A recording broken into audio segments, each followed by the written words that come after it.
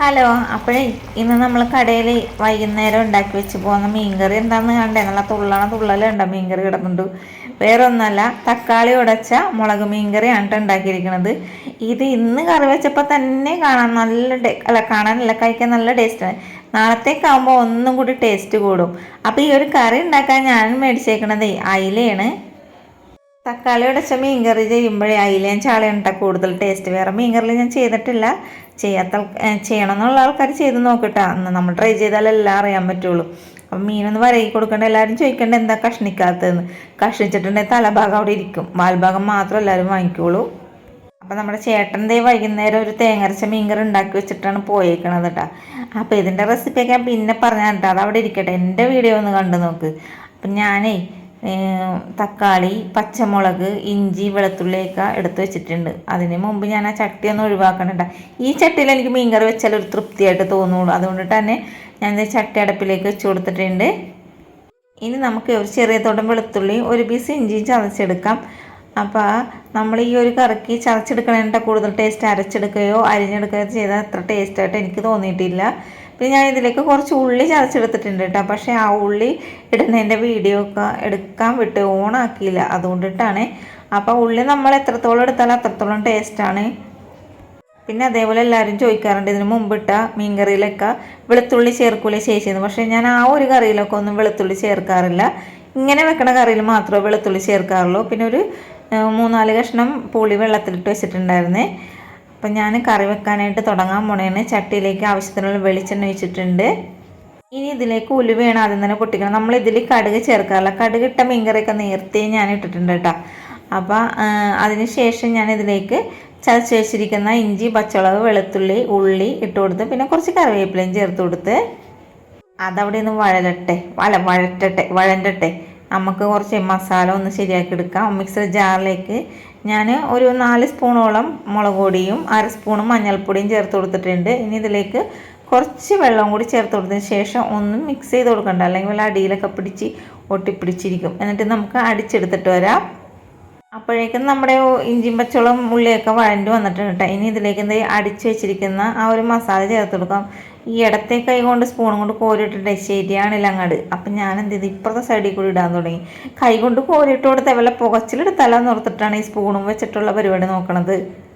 ഇനി നന്നായിട്ടൊന്ന് മൂപ്പിച്ചെടുക്കണം, പച്ചമണം മാറണം. എന്താ നമ്മുടെ മസാല ഇപ്പം നന്നായിട്ട് മൂത്ത് എണ്ണയൊക്കെ തെളിഞ്ഞ് വന്നിട്ടുണ്ട്.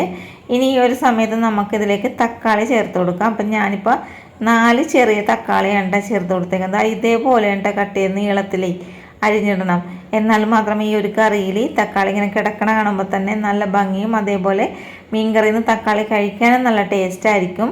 തക്കാളി ഇട്ടതിന് ശേഷം നന്നായിട്ട് ഉടക്കേണ്ട ആവശ്യമൊന്നുമില്ല. ജസ്റ്റ് ഒന്ന് വഴറ്റിയതിന് ശേഷം നമുക്കിതിലേക്ക് കുറച്ച് വെള്ളം ഒഴിച്ച് കൊടുക്കാം.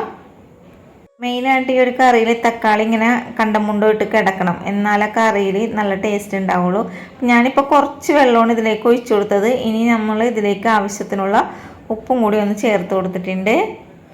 ഇനി ഇതിൻ്റെ പച്ചക്കുത്തലൊക്കെ മാറി എണ്ണയൊക്കെ തെളിയാനായിട്ട് ഞാനൊന്ന് മൂടി വെച്ച് ലോ ഫ്ലെയിമിലിട്ട് കൊടുത്തിട്ടുണ്ട് കേട്ടോ. അങ്ങനെ കുറച്ച് സമയം കഴിഞ്ഞപ്പോൾ നമ്മുടെ മസാലയുടെ പച്ചക്കുത്തലൊക്കെ മാറി എണ്ണയൊക്കെ തെളിഞ്ഞ് നന്നായിട്ട് ഇട്ടിട്ടുണ്ട്. തക്കാളിയൊക്കെ കിടക്കണ കാണുമ്പോൾ തന്നെ നല്ലൊരു ഭംഗി തോന്നുന്നല്ലേ നിങ്ങൾക്ക്?